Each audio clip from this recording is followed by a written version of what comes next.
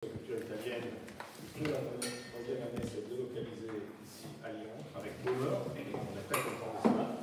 Et pour cela, encore une fois, pour la dernière fois, on remercie tous ceux qui ont participé à la réussite de cette manifestation dans l'Institut culturel italien. En premier, le consulat italien de Lyon, Lucio Vagabonda, des Citres, la librairie des Citres et la Villa Gilet, mais aussi nos sponsors, disons, plus généraux, ceux qui sont qui viennent de Paris, le Monte Paschi Bank, l'ambassade d'Italie, il Centro per il Libro della Lettura, la Sofia, la Pacchi de France, Castaldi Partners et l'ICE, l'Institut pour le commerce extérieur italien.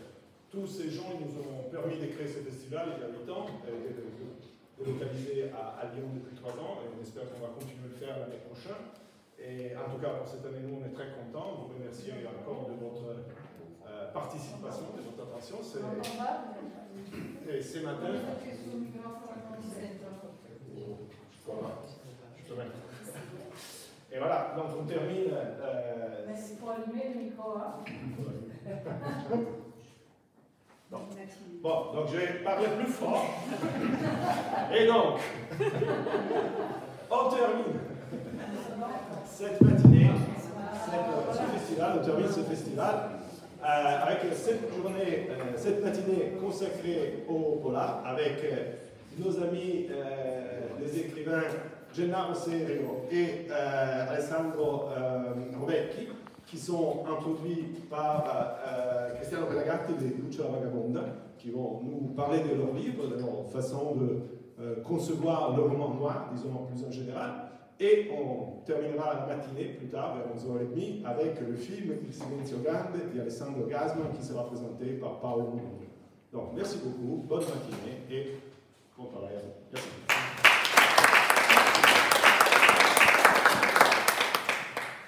Donc, bonjour à tous, et surtout je suis époustouflé pour ce dimanche matin de voir autant de public, donc je suis ravi personnellement. Et je remercie tout d'abord nos invités, Alessandro Rovecchi et Gennaro Serio. Alessandro qui est accompagné par Florence Couriol qui va assurer la traduction.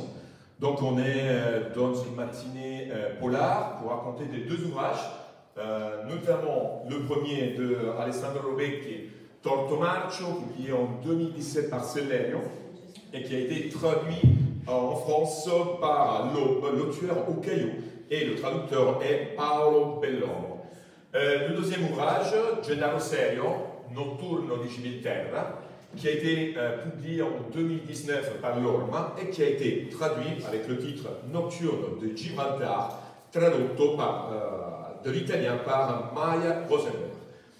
Avant de commencer et de rentrer dans les deux romans, une très rapide présentation des deux invités. Alessandro Rovecchi est journaliste, auteur télévisé, écrivain. Il écrit depuis presque 10 ans pour Il Fatto Quotidiano et il collabore avec des revues comme Micromega, Il Misfatto, Style ou Smemoranda. Depuis 2008, il travaille pour Doc 3, qui est une émission télé transmise par Rai 3. Ses premiers pas dans la littérature ne sont pas dans un roman, mais des essais. Le premier en 2001, Mano Ciao Musica in Libertà, publié par Sterling Köhler, et le deuxième en 2011, publié par La Terza, Piovono pietre, cronache marziane da un paese assurdo. Et son premier roman, 2014, publié par Sellerio, Questa non è una canzone d'amore. Il y en a une dizaine, 11 si je ne me trompe pas, qui nous raconte l'épopée, on va dire, de ce personnage, le protagoniste de ces romans, qui s'appelle Carlo Monterossi. Mais on y reviendra. Et le deuxième, notre invité Gennaro Serio, qui naît à Naples, il est diplômé en sciences politiques. Vous vivez actuellement à Rome, où il a acquis un master en journalisme. Il travaille dans la rédaction de Alias D, qui est un supplément du Manifesto, et il collabore également avec Repubblica. En ce qui concerne les romans, c'est en 2019 son premier roman, qui d'ailleurs faisait partie de la sélection du festival du premier roman de Chambéry. C'est en cette occasion que j'ai eu l'occasion de le rencontrer, de le lire.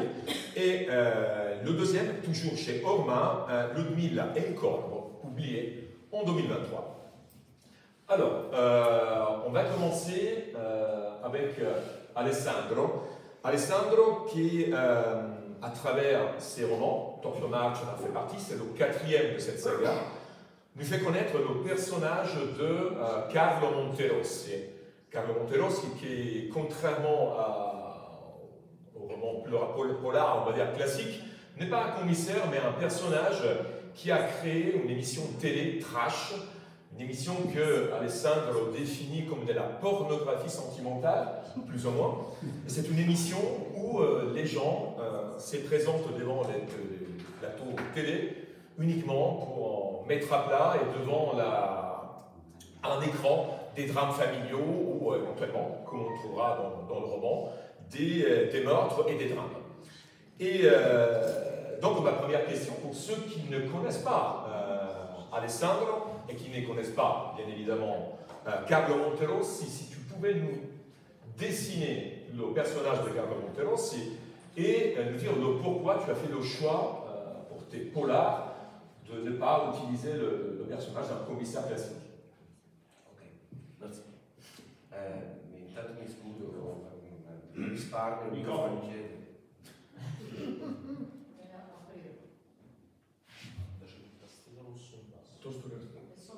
Ok, questo.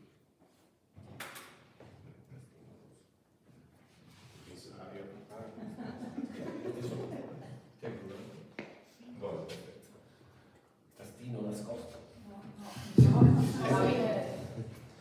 Intanto mi scuso per non parlare in francese, ma credetemi, è meglio così. Dunque, partiamo da un dato di fatto difficilmente negabile, che è il noir, il giallo, contiene delle cose enormi, il bene, il male, la colpa, la caccia, il senso di colpa, insomma delle cose enormi. E io volevo che a occuparsi di queste cose enormi che ci sono nel noir fosse uno di noi, cioè non uno che lo fa professionalmente, no?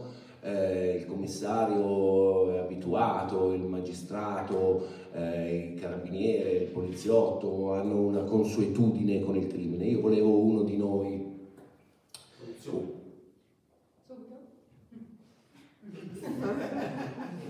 Alors avant tout, excusez-moi de ne pas vous parler français, mais croyez-moi, c'est mieux ainsi. Donc je voudrais partir d'une donnée vraiment essentielle et importante que tout le monde connaît, qui est que le noir, le polar, contient et parle de choses essentielles et surtout énormes, le bien, le mal, le sens de culpabilité. Et moi, ce que j'ai voulu faire, c'est que ce ne soit pas quelqu'un qui a l'habitude de ces choses-là, un commissaire, un carabinier, etc., mais quelqu'un d'entre nous qui s'occupe de ces choses énormes. Quindi volevo qualcuno che come noi si spaventasse, avesse dei moti, come dire, di incredulità, di paura davanti a dei fatti enormi come dei delitti, degli omicidi, dei morti, quindi, e non la freddezza professionale che potevano avere, che può avere chi se ne occupa di professione. In più volevo un personaggio non cinico, quasi romantico, all'interno di un ambiente che più cinico non me ne vengono in mente, cioè potevo fare la Corea del Nord, ma invece la televisione italiana mi sembrava un ambiente abbastanza cinico per metterci il mio personaggio. Donc je voulais quelqu'un comme nous, quelqu'un qui ait peur face à ces choses énormes, face à ces crimes, face à ces meurtres, et non pas quelqu'un qui ait cette froideur qu'ont justement les professionnels de ce métier. Et en plus, ce que je voulais, c'était un personnage qui ne soit pas cynique, mais un personnage presque romantique, dans un milieu qui, au contraire, est des plus cyniques. Je n'en connais pas d'autres qui le soient davantage. Alors certes, j'aurais pu le situer en Corée du Nord, mais l'Italie suffisait déjà amplement.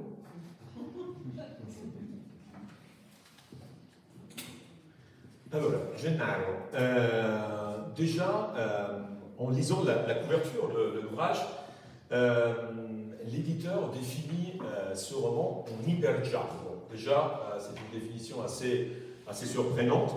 Je pense que c'est un mot qui a été choisi par l'éditeur, vraiment inventé, si je ne me trompe pas.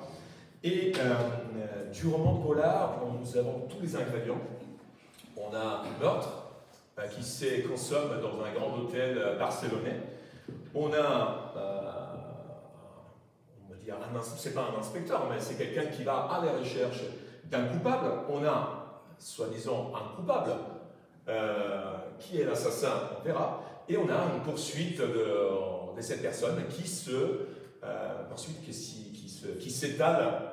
On parle d'Aix-en-Provence, on est à Barcelone et après, on arrivera jusqu'au Gibraltar.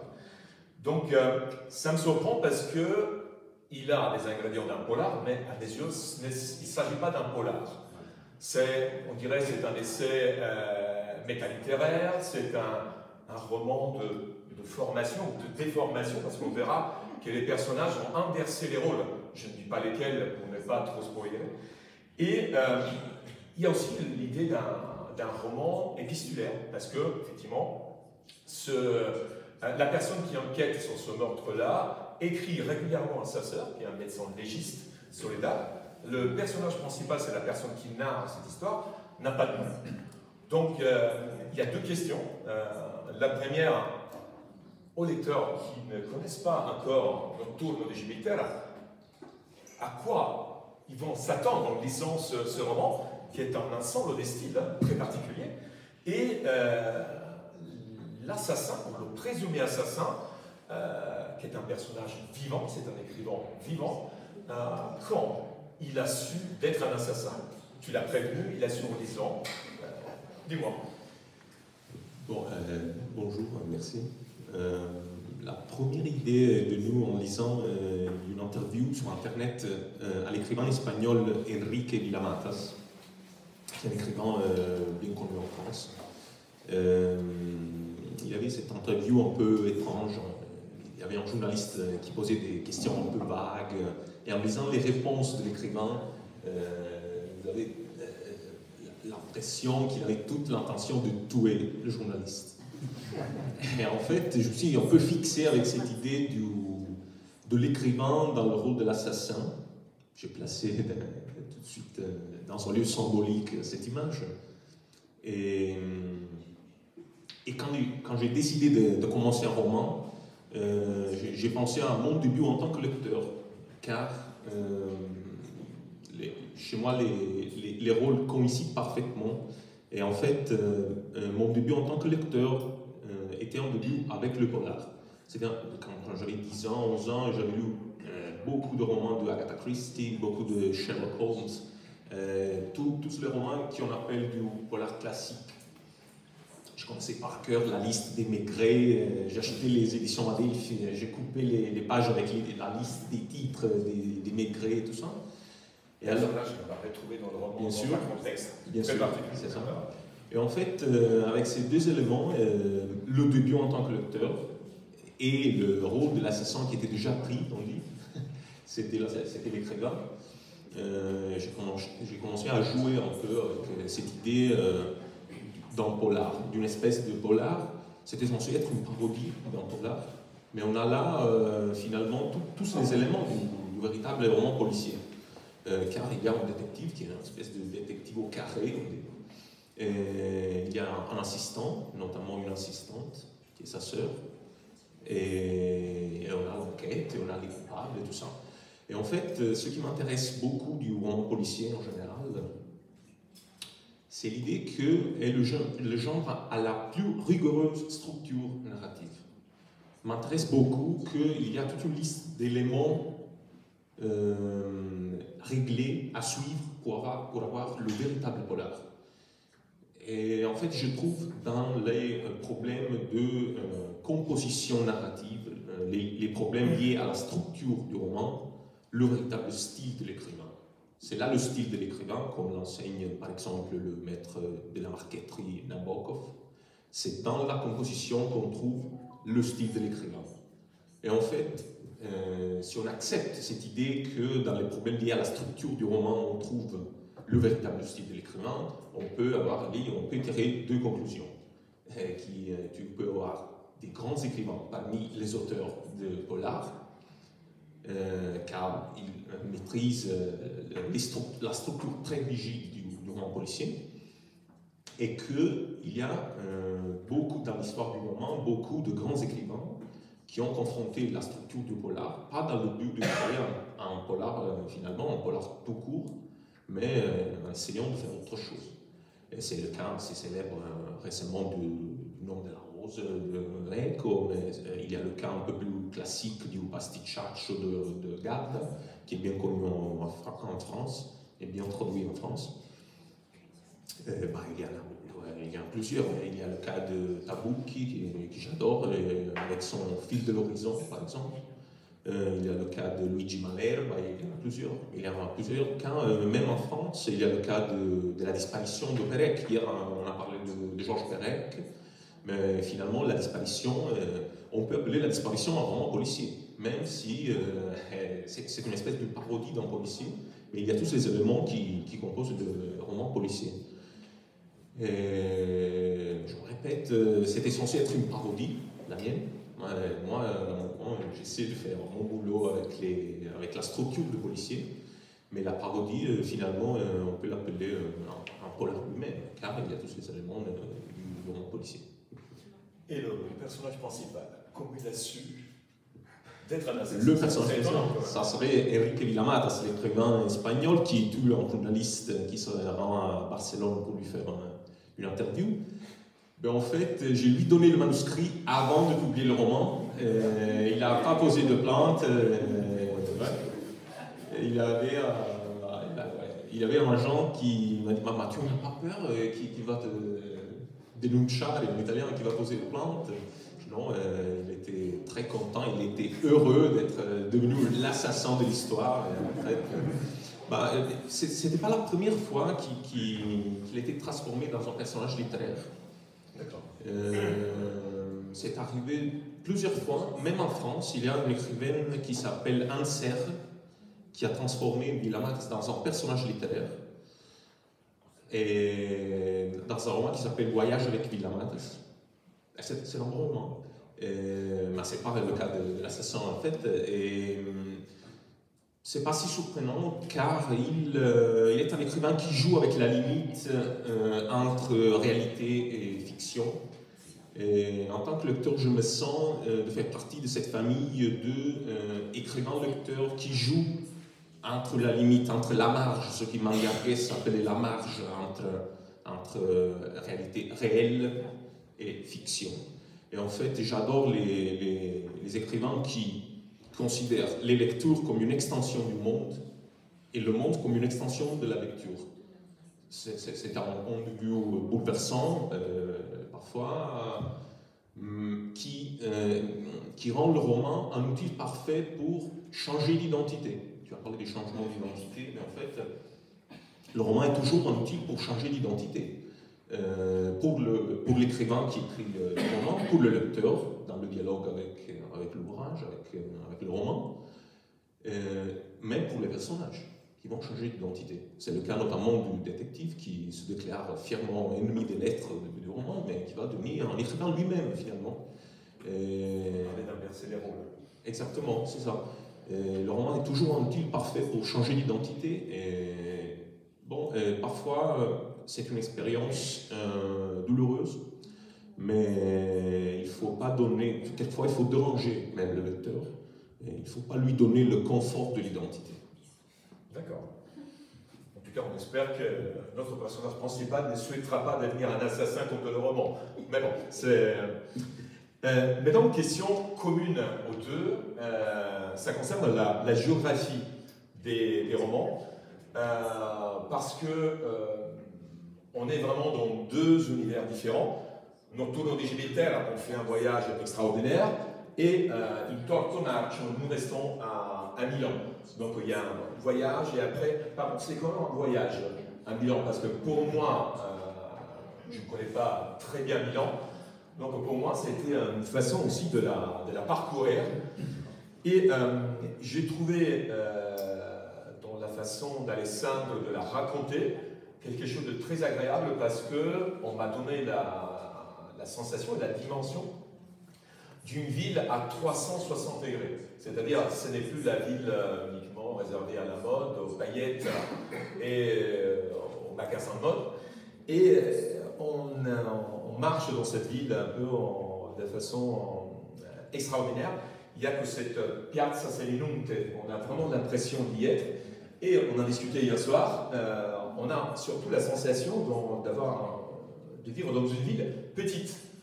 Parce que les changements socioculturels à Milan, au moins en lisant Alessandro, se font assez rapidement dans des espaces géographiques très courts. Donc, je voulais effectivement te poser la question si tu pouvais nous raconter cette image de Milan.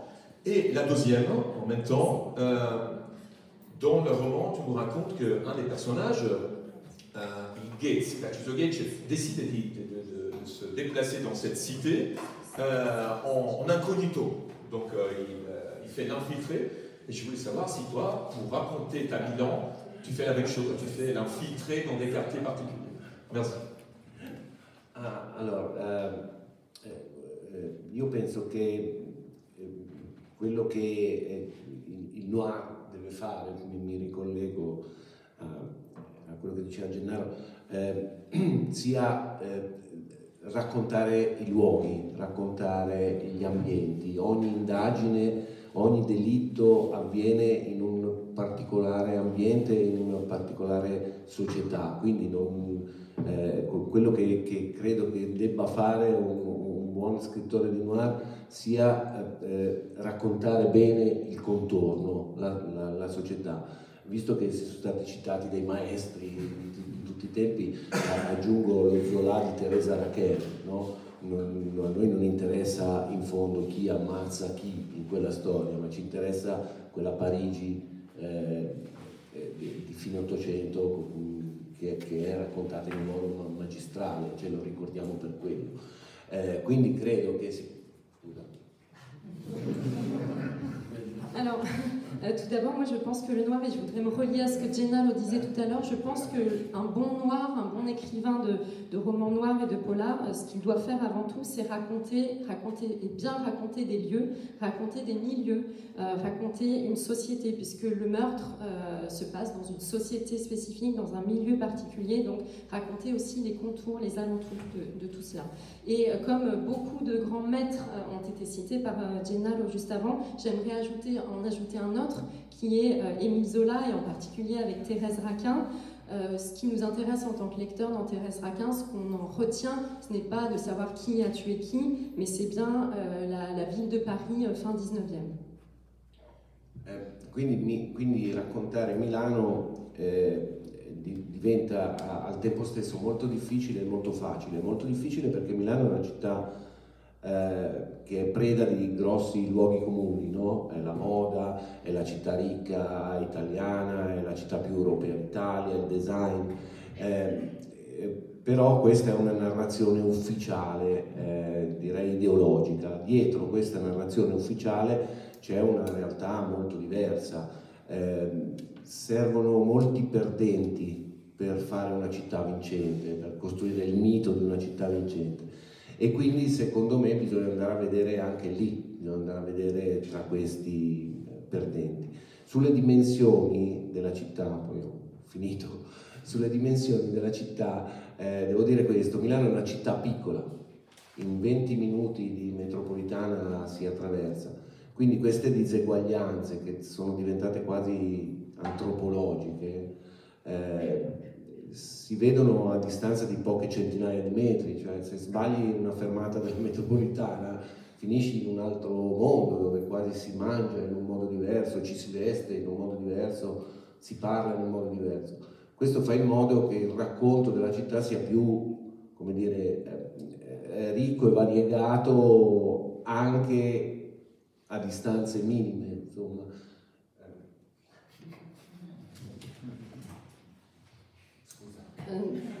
Donc raconter Milan est à la fois très difficile et très facile. Très difficile parce que Milan, c'est un peu la ville qui concentre tous les lieux communs, tous les clichés, la ville du design, la ville de la mode, donc la ville riche, mais qui est un récit officiel, je dirais même un récit idéologique. Mais en réalité, c'est bien autre chose, Milan, et je considère qu'il faut beaucoup de perdants pour créer, justement, pour construire ce mythe d'une ville qui fonctionne et qui gagne. Et justement, moi, l'idée, c'était d'aller voir aussi tous ces perdants. Milan aussi est petite, c'est une ville qui n'est pas très grande. En 20 minutes de métro, on peut complètement la traverser. Et donc, ces inégalités anthropologiques, en fait, on peut les voir sur de très courtes distances, de peu de mètres. Et par exemple, si on rate une station, un arrêt de métro, on peut se retrouver dans un univers complètement différent, où on s'habille différemment, où on mange différemment. Et donc, c'est le récit de la ville, on est plus riche et on est plus varié, mais sur des espaces géographiques très limités. Sì, chiudo dicendo che siccome io sono convinto che il noir sia un romanzo sociale, debba essere un romanzo sociale, come ha detto Makaris, che era l'autore del commissario Charitos, l'autore greco molto importante. Credo che debba essere un romanzo sociale, che debba raccontare i nostri tempi, la nostra società, ma è anche vero che nello stesso, come dire, nella stessa sostanza del noir c'è questa cosa, perché ogni delitto è un delitto sociale, no? Ogni azione criminale si svolge in un contesto, in un determinato contesto, quindi ogni indagine di polizia, possiamo dire così, è un'indagine sociale, perché deve capire da dove viene il crimine e quali sono i motivi che hanno portato a questo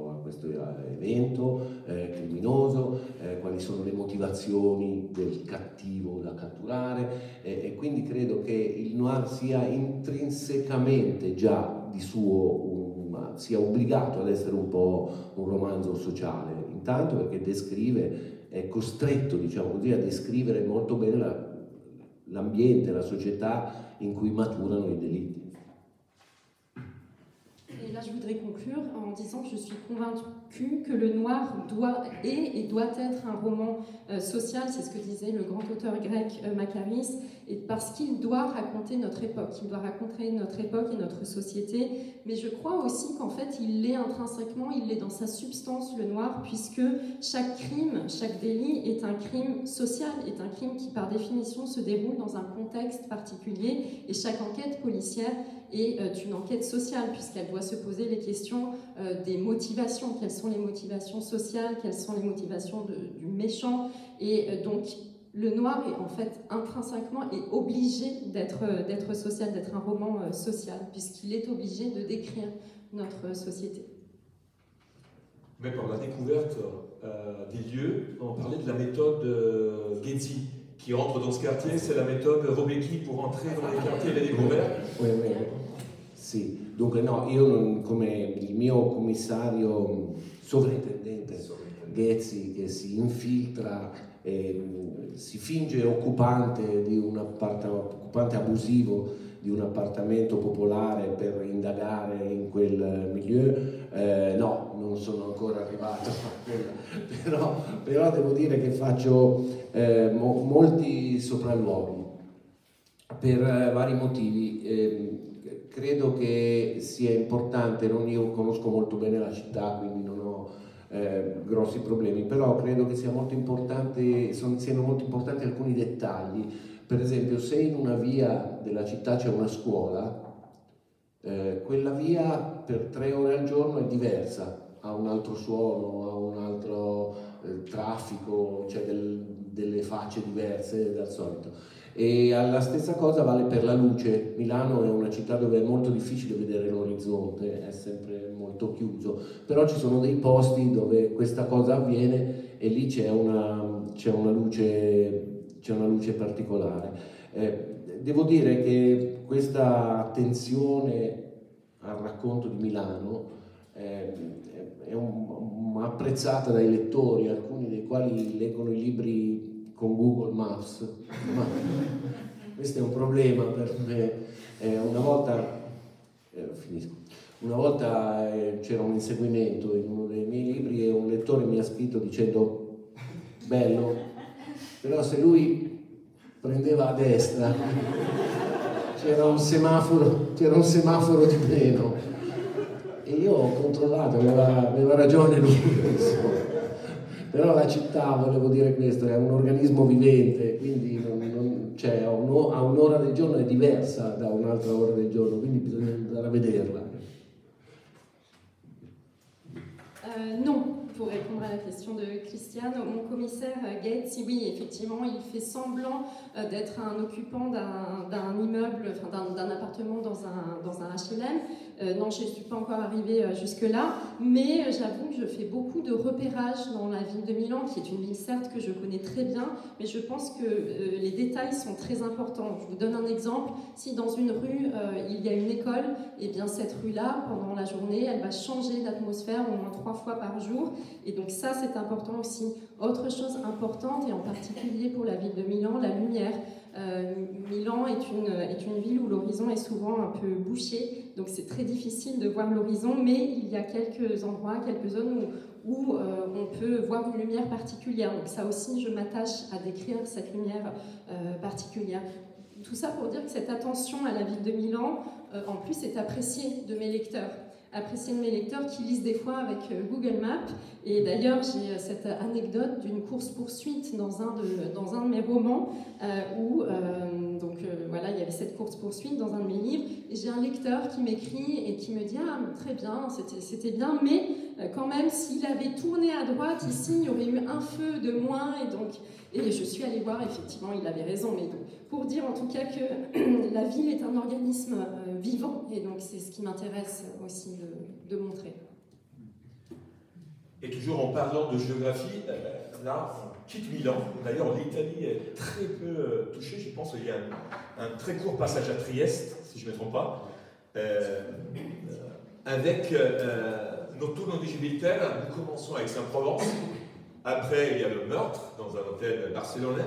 Et après, il y a cette poursuite des enquêteurs qui va suivre peut-être des fantômes ou l'assassin, on verra.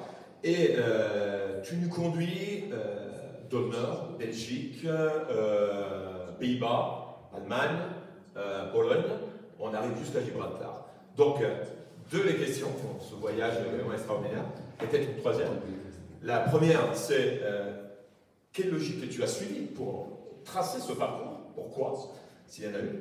Bien évidemment, spontanément, on en a parlé tout à l'heure, étant de Naples, je pensais que tu aurais pu être enchanté de rajouter Naples dans ton périple.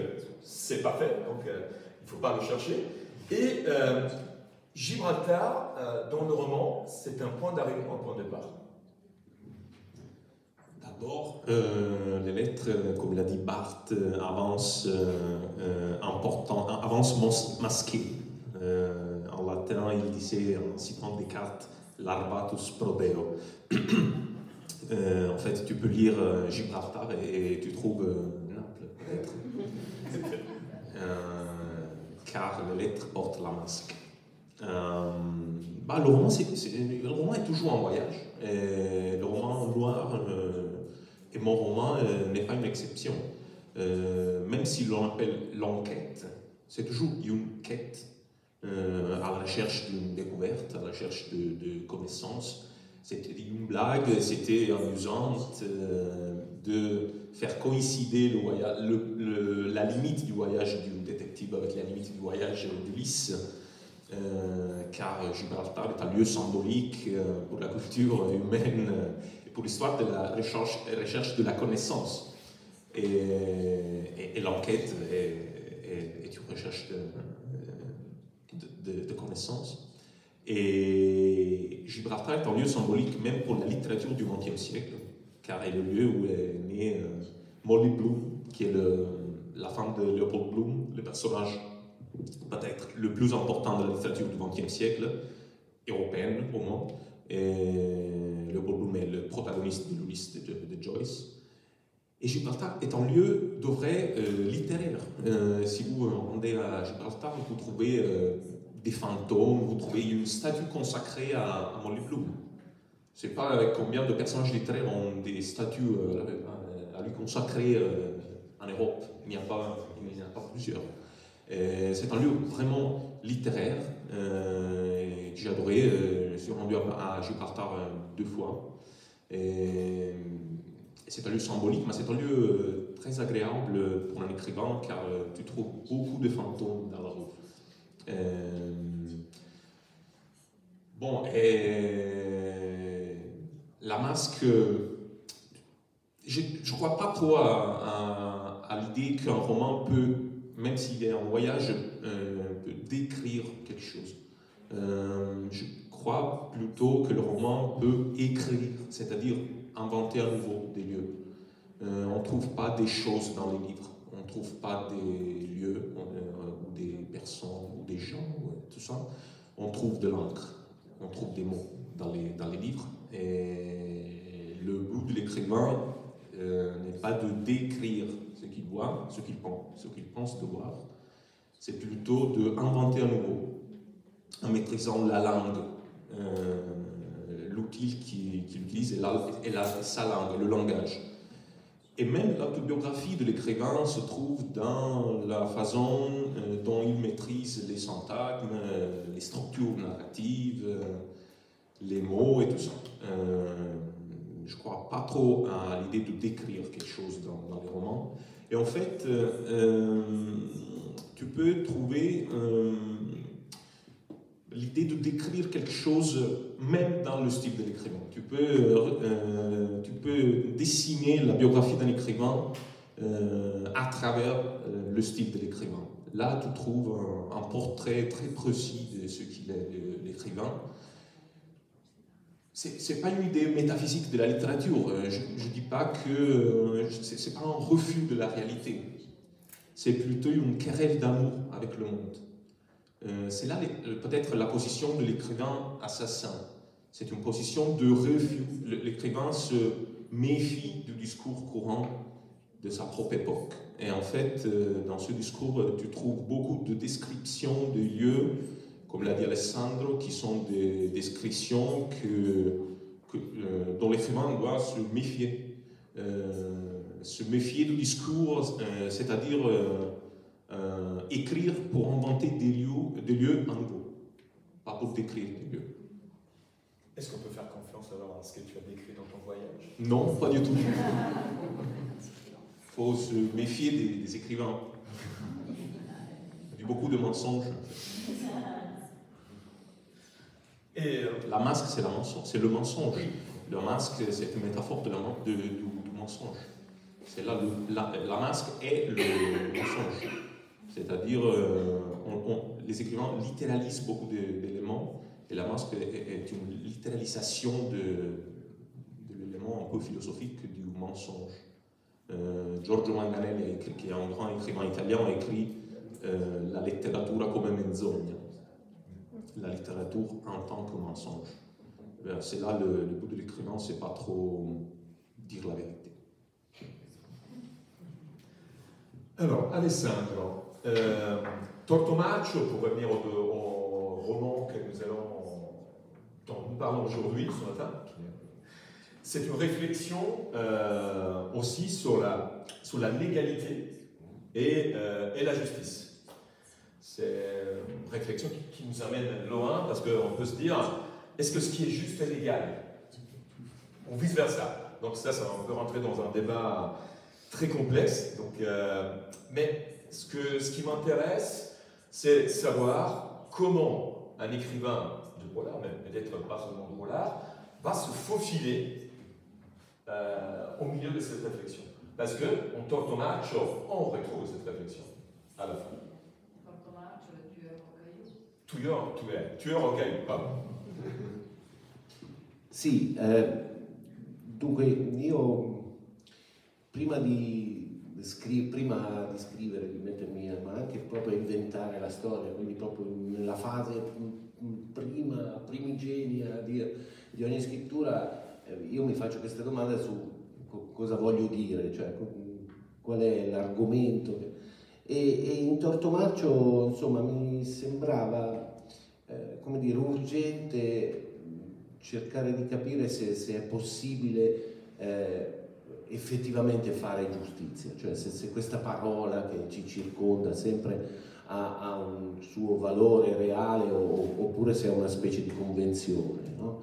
E se lo chiedono un po' tutti nel libro, se lo chiedono i poliziotti, se lo chiede il loro capo, se lo chiedono anche i delinquenti, insomma, la verità è che se uno è vivo e dopo è morto, non c'è nessuna giustizia possibile, cioè non c'è nessun tipo di riparazione possibile. E ognuno nel libro riflette su questa cosa a suo modo, con i suoi strumenti, insomma, diciamo così.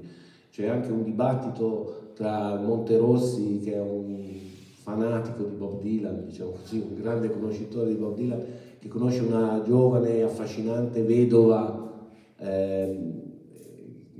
appassionata di Nietzsche. C'è questo dibattito un po' surreale tra Bob Dylan e Nietzsche sulla giustizia, per dire che quel dibattito lì si può annidare veramente ovunque, dall'ultima cella del carcere fino all'appartamento occupato, fino ai filosofi, diciamo così. E naturalmente non c'è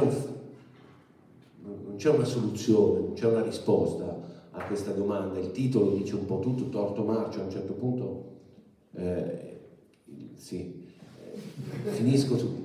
a un certo punto il mio poliziotto dice hanno tutti torto, no? Ed è perché è un dibattito che non è risolvibile, secondo me.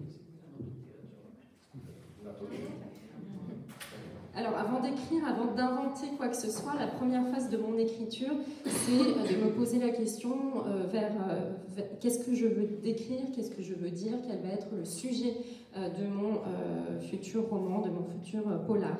Dans Le Tueur au caillou, ce qui était urgent pour moi de savoir, de comprendre, c'était justement s'il est possible de faire la justice, de faire justice, ou si c'est une expression qui est une convention, si c'est une convention. Et tous les personnages de mon roman se le demandent à un moment donné, se posent la question, des policiers, commissaires, aux délinquants eux-mêmes. Moi, ce que je voudrais dire, ce que j'y dis, c'est que si quelqu'un est vivant dans une première partie, puis est mort ensuite, puis meurt et justement est tué, après, c'est qu'il n'y a pas de justice possible, il n'y a pas de réparation, et chacun de mes personnages dans ce roman réfléchit à cela. Dans toutes les situations possibles et imaginables, il y a par exemple un débat entre mon commissaire Carlo Monterossi, qui est un fan absolu de Bob Dylan, et puis qui rencontre une veuve passionnée, elle plutôt de Nietzsche, et donc il y a toute une réflexion autour de ça. Donc pour vous dire que partout, même dans ce dialogue-là entre un passionné de Bob Dylan et un passionné de Nietzsche, partout peut se nicher cette réflexion sur la justice. Et ça veut dire aussi, bien sûr, qu'il n'y a pas de solution, qu'il n'y a pas de réponse. Et le titre, mon titre en italien, Torto marcio, le dit peut-être et dit un peu tout. Et d'ailleurs, c'est repris dans une des phrases de mon policier qui dit « tout le monde a tort ». C'est quoi la justice chez Bob Dylan? Che cos'è la giustizia? No, Dylan, sì, ha scritto un romanzo, Dylan, un simile romanzo, che si chiama Tarantula, in cui affronta quel problema del mondo assetato di giustizia, tracciando appunto un suo dubbio se questa giustizia sia vendetta o giustizia, che è la stessa cosa più o meno, quasi con le stesse parole, compresa la tarantula, diciamo così, che c'è nello Zarathustra di Nietzsche. Quindi è abbastanza evidente che Nietzsche abbia copiato Bob Dylan. Bob Dylan a écrit un roman qui s'intitule Tarentule et où il réfléchit justement à ce monde assoiffé de justice, et il pose la question, il pose le grand doute si la justice est justice ou si la justice est plutôt soif de vengeance. Et en fait, Nietzsche, il y a un peu la même chose dans le Zarathustra de Nietzsche, donc je pense vraiment que Nietzsche a copié Bob Dylan. Et d'ailleurs, Bob Dylan est un personnage toujours présent dans les romans d'Alessandro. Nietzsche a été cité même par Milan Kundera dans L'insoutenable légèreté de l'être. Et Kundera se posait la question si la vie est légère ou plutôt lourde. si les événements de l'histoire se répètent ou s'ils ne se répètent pas. Car ils ne se répètent pas, ça donnerait de la légèreté insoutenable à la vie des hommes. S'ils se répètent, peut-être qu'il y a de la justice là, mais l'injustice va se répéter. Et en fait, c'est une question qui revient beaucoup dans l'histoire du roman. È una domanda irrisolvibile, se non ci sono riusciti Kundera, Nietzsche e Bob Dylan, ci riusciremo noi. Oui, c'est une question qu'on ne peut pas parvenir à résoudre si ni Nietzsche, ni Kundera, ni Bob Dylan n'y ont répondu. On y arrivera nous-mêmes, bien sûr, jamais. Et ce qui est intéressant aussi, même si on est vraiment dans deux univers complètement différents, dans les deux romans, j'ai trouvé des traits d'humour qui sont très intéressants. Je parle notamment de Nocturne de Gibraltar. Tout d'abord, il y a ce qu'on appelle les barzellettes. On a un passage où, si je ne me trompe pas, c'est le propriétaire de l'hôtel barcelonais où se consomme ce meurtre. Et c'est Claudio Vallertu, si je le prononce correctement.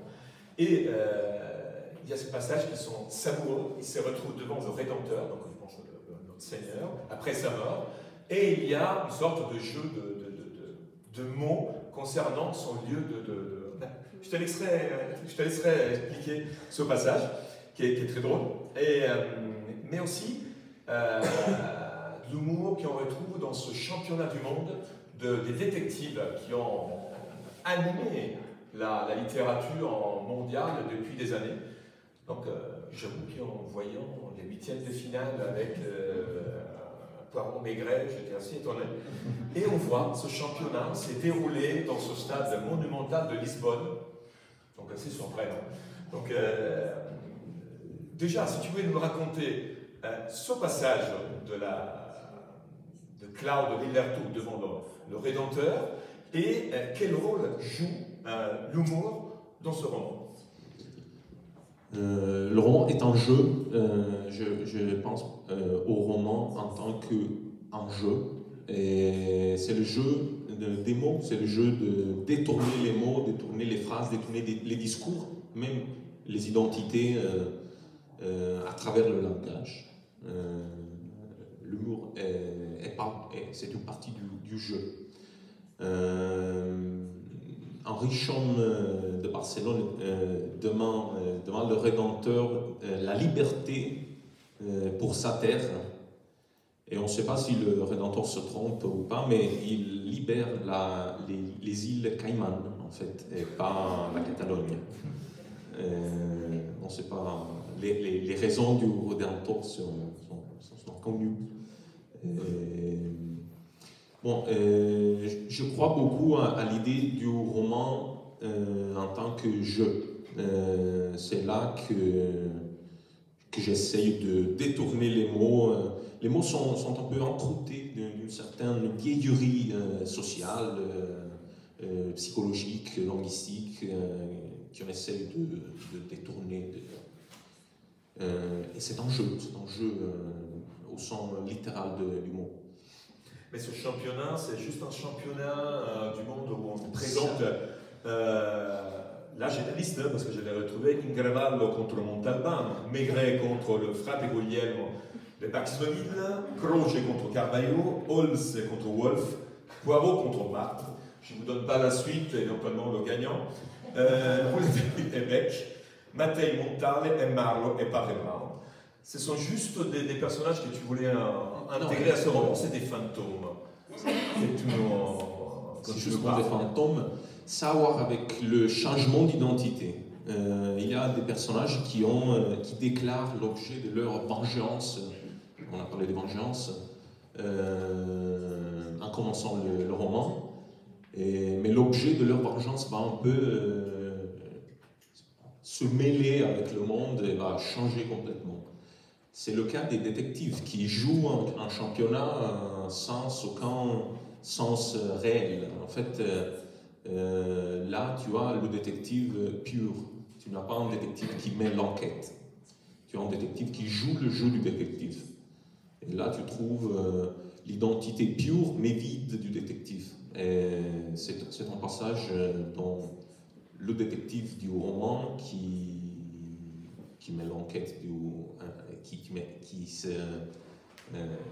qui cherche Vilamatas qui a pris la tangente, commence à comprendre que son identité va changer. Alors, Alessandro, on parlait de romancier, tu travaillais aussi, on parlait au départ en te présentant pour la télé. Carlo Monterossi a été adapté au cinéma. Oui, donc a été adapté au cinéma et le personnage a été interprété par Fabrizio Bentivoglio. Si tu peux nous donner l'impression que tu as eue la première fois en regardant Carlo Monterossi, mais c'est qui celui-là? Est-ce que c'est le bon?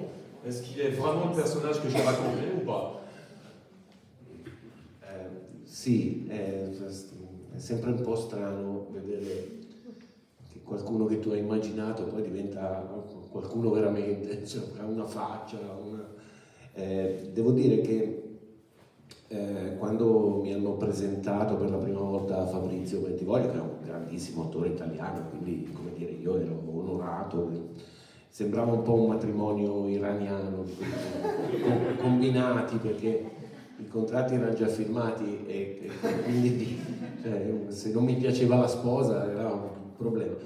Però devo dire che dopo 5 minuti che parlavamo, poi lui è nato a Milano, insomma abbiamo trovato anche delle conoscenze in comune, dei quartieri comuni, insomma, e devo dire che la cosa che mi ha più sconvolto non è tanto il personaggio quanto il fatto che scrivere è una cosa molto intima, privata, da solista, diciamo così, mentre invece quando questa cosa diventa un film i cervelli in azione sono parecchi, cioè c'è il regista, c'è l'attore, c'è il direttore della fotografia, cioè insomma come dire, ecco, nel momento in cui accetti che 4 o 5 cervelli sono meglio di uno, anche se quell'uno è il tuo, ecco, nel momento in cui accetti questa cosa il lavoro diventa collettivo e diventa un'esperienza secondo me bellissima. Sono molto contento di come è andata la prima serie, adesso esce la seconda, quindi insomma vediamo, che è tratta da Tortomaccio tra l'altro, quindi anche una location milanese molto precisa. E chi è il regista, scusa? Rowan Johnson, e la produzione è Palomar per Prime, insomma, si vedrà credo un po' dappertutto. Ma c'est un film o serie? È un film o una serie? No, è una serie. La prima serie era 6 puntate da 2 romanzi, questa è 5 puntate solo dal Tortomaccio. E aggiungo, poi mi sento in colpissimo, aggiungo che partecipare alla sceneggiatura, a scrivere la sceneggiatura è stato molto bello e faticoso ed è un lavoro, qui do ragione a Chandler che è il mio maestro, vero, diciamo, e sono 2 lavori completamente diversi, cioè scrivere una sceneggiatura e scrivere il romanzo praticamente sono 2 lavori veramente diversi e questo è stato molto stimolante.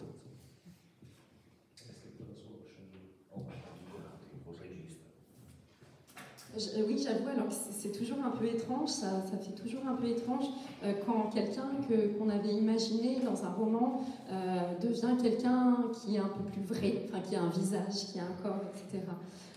Alors pour raconter, la première fois qu'on m'a présenté l'acteur, qui est un très grand acteur italien, Fabrizio Bentivoglio, j'avais au début un peu l'impression que c'était un mariage iranien, donc un peu un mariage déjà tout fait, parce que les contrats étaient déjà signés, donc de toute façon je ne pouvais pas dire non, même s'il ne m'avait pas plu. Mais en fait on a commencé à échanger, à parler, et lui est également de Milan, donc on a des connaissances communes, on connaît des quartiers également, donc on avait beaucoup de choses à se dire. En fait, non, ce qui m'a, et j'en suis très contente, ce qui m'a surtout la chose surprenante et importante de cette expérience, c'est qu'en fait, écrire une chose très intime en solo, comme c'est ce que je fais, mon métier d'écrire des romans et des noirs, et bien quand ça devient un film, on se rend compte qu'un film, au contraire, a besoin, est fait de nombreux cerveaux, de nombreux esprits.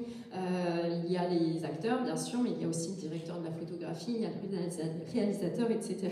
Et donc, il faut accepter ça, c'est-à-dire que 4 ou 5 cerveaux sont mieux qu'un seul, même si c'est le tien. Et à partir de là, une fois que tu acceptes ça, c'est effectivement très beau et c'est un travail qui devient collectif. Donc, il faut accepter cette idée-là.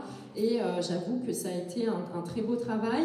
Il y a une première série, c'est une série, hein. Il y a déjà une première saison qui a bien marché. Et là, la deuxième série va bientôt être diffusée, qui est d'ailleurs tirée, elle, uniquement de Tortomarcio, du tueur au caillou, pour la deuxième saison. Et j'ajouterai une dernière chose, c'est que participer au scénario, puisqu'on m'a fait bien sûr participer au scénario, c'est un travail très beau, c'est un travail aussi qui demande beaucoup et qui est également très différent en fait. C'est un travail très différent de celui d'écrire un roman et c'est un travail aussi très stimulant. Mais donc, dernière question pour Gennaro, avant de passer la parole au public. À la fin de ce roman, notre enquêteur arrive à Gibraltar et rencontre ce groupe de personnages dont je ne citerai pas le détail. Et tu laisses une définition qui est assez forte, hein, parce qu'à un certain moment, il y a un passage, on parle de la littérature, et tu la définis come un'impresa estremamente inutile e del tutto estemporanea. Qu'est-ce que ça signifie? Ça va avec l'idée que l'écriture... ça va avec l'idée que le roman, en fait, la littérature en général, ça sert à rien. C'est là peut-être la beauté et l'importance immortelle de la littérature. Et le détective arrive dans ce groupe de gens qui cachent... Et là, on a le mérite de rassembler. Déjà, en regardant qui cachent des intentions secrètes, qui font des choses un peu étranges.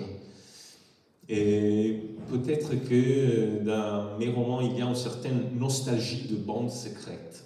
Ne vous inquiétez pas, mais des bandes secrètes symboliques qui cachent des intentions. Je crois que si tu t'enfermes chez toi des heures à lire, des mois, des années à écrire des romans, tu dois forcément cacher des intentions secrètes.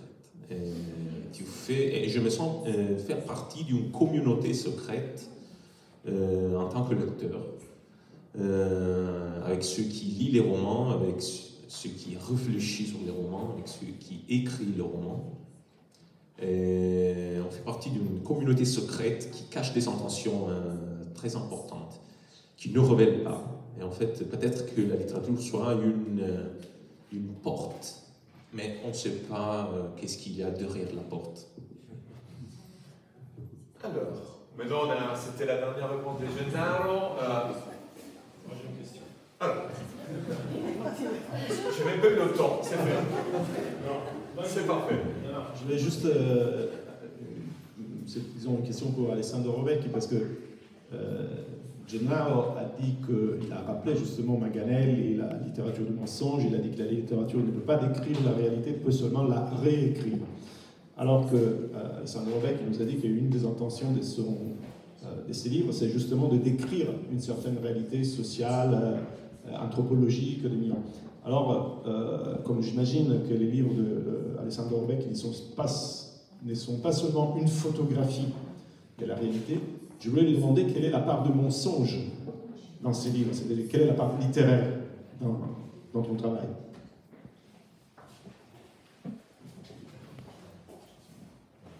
Sì, ovviamente, certo. La verità è che io tento di partire da una realtà che è negata nella narrazione corrente.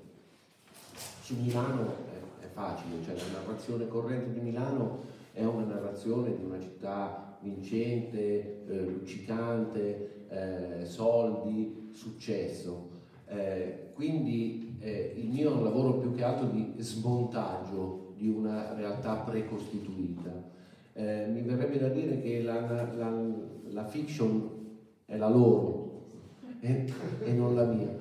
Però per smontare una fiction serve della finzione, serve dell'esagerazione, del paradosso. Ti faccio l'esempio, visto che si parlava di ironia, di sarcasmo, no? Io credo che ci sia una componente di satira, per esempio, nei miei libri, un po' perché io l'ho fatta, insomma, come dire, professionalmente per tanti anni, è un mio linguaggio, diciamo, e un po' perché credo che, al contrario di quello che si dice, la satira non è un linguaggio di aggressione, è un linguaggio di difesa.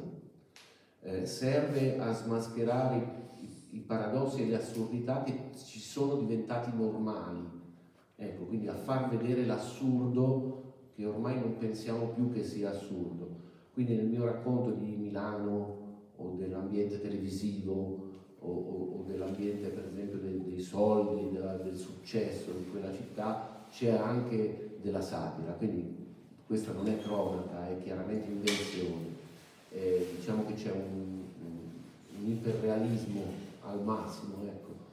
Spero di aver risposto, non lo so. Anche una domanda. En vérité, moi, je tends à partir d'une réalité qui est niée dans le discours courant, dans le discours commun. Pour Milan, c'est facile, c'est ce que je disais tout à l'heure, c'est-à-dire que Milan, c'est la ville du succès, c'est la ville de l'argent, c'est la ville du luxe. Et mon travail, en fait, est celui de démonter cette réalité. Et j'aurais tendance à dire que c'est eux la fiction, c'est-à-dire c'est ce discours officiel, ce discours commun. Et moi, en fait, je veux montrer les paradoxes, l'exagération, enfin, qui sont nécessaires pour démonter ce discours officiel. C'est ça mon travail. Et je voudrais aussi dire que dans mes romans, dans mes noirs, il y a une composante de satire. Voilà, je parlerai peut-être de satire dans mes livres.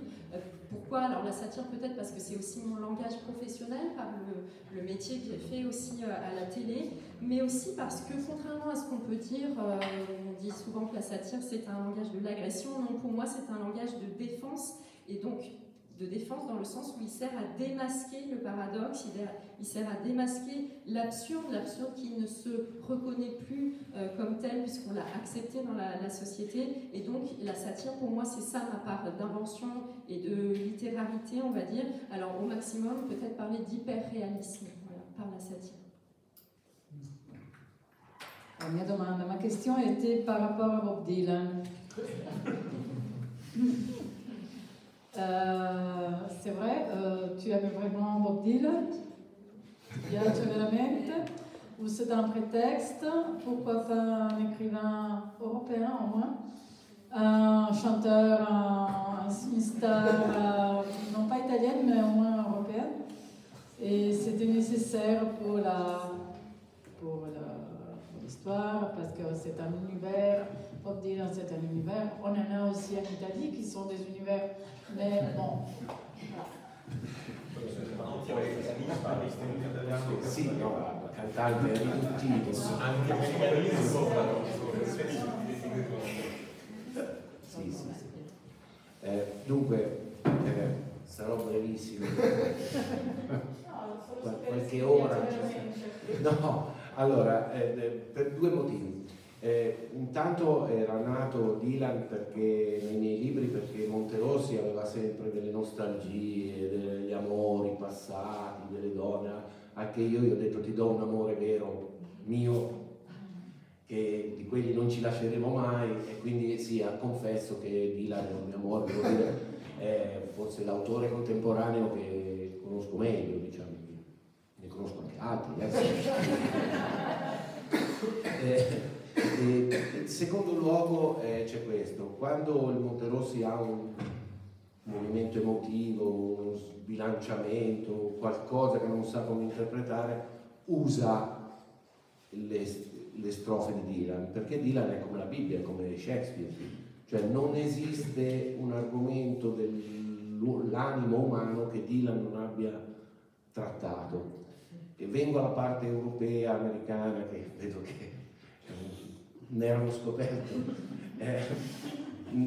Dunque io credo che perché Monterossi usa Dylan? Perché i poeti bisogna usarli, cioè noi abbiamo cioè è gente che sa dire delle cose che noi non sappiamo dire, o le dice meglio di noi.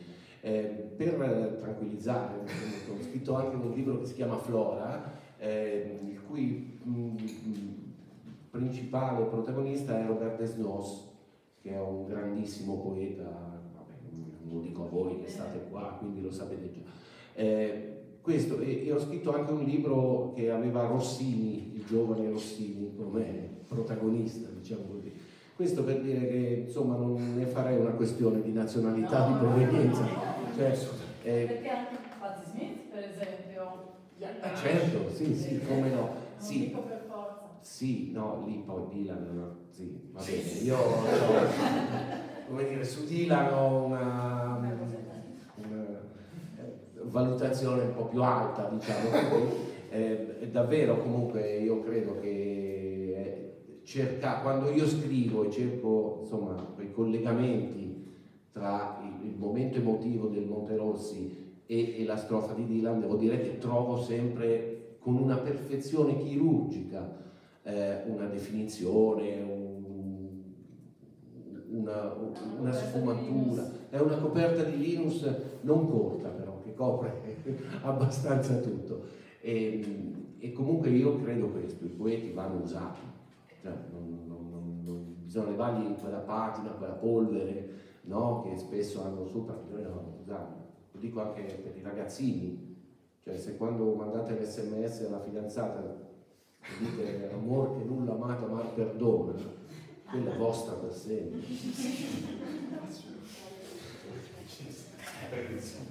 Sì, no, però... Alors je serai très bref, quelques heures peut-être pour en parler. Non, il y a deux raisons.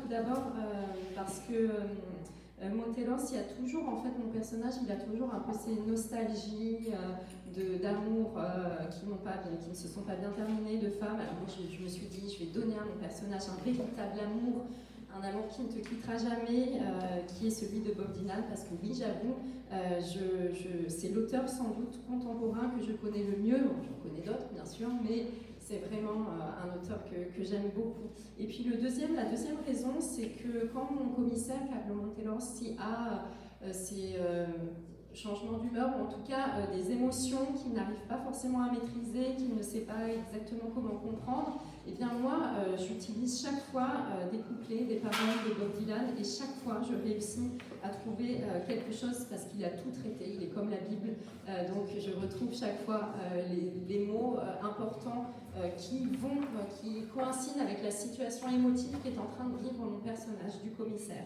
Et puis pour répondre à Madame Pastole sur le côté européen, je pense qu'en fait, moi l'idée c'est qu'il faut utiliser les poètes parce qu'ils disent tous mieux que nous toutes ces choses-là, et Bob Dylan le premier. Mais sachez que j'ai aussi écrit d'autres romans. J'ai écrit par exemple Flora, où le protagoniste était européen et français puisque c'était Robert Desnos. Et j'ai aussi écrit j'ai rédigé un écrit sur le jeune Rossini, donc pour l'Italie. Donc voilà, il y a d'autres livres qui sont aussi avec des personnages très européens. Mais donc je n'en ferai pas une question de nationalité. C'est vrai que Bob Dylan, je le place très très haut, il est très haut dans mon estime. Et en tout cas, voilà, quand j'écris, quand je veux relier ce moment émotif qui est en train de vivre mon commissaire, avec les couplets, les phrases de Bob Dylan, je trouve toujours, avec une précision chirurgicale, les bonnes paroles qu'il a utilisées. Donc oui, l'idée c'est utiliser, employer les poètes, et je le dis aussi aux jeunes, aux adolescents qui envoient des SMS, etc. Utiliser, il a cité Dante, que je ne citerai pas ici en traduction française, d'utiliser Dante, et bien ça marchera, et votre bien-aimé vous répondra à coup sûr. Alors, ci sono altre domande, non so se...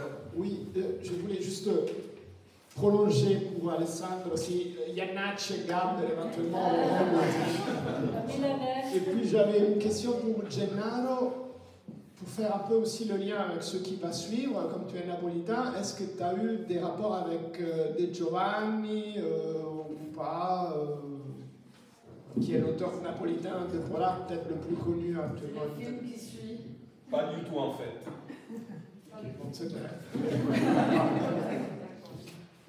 Allora, altre domande? D'autres questions?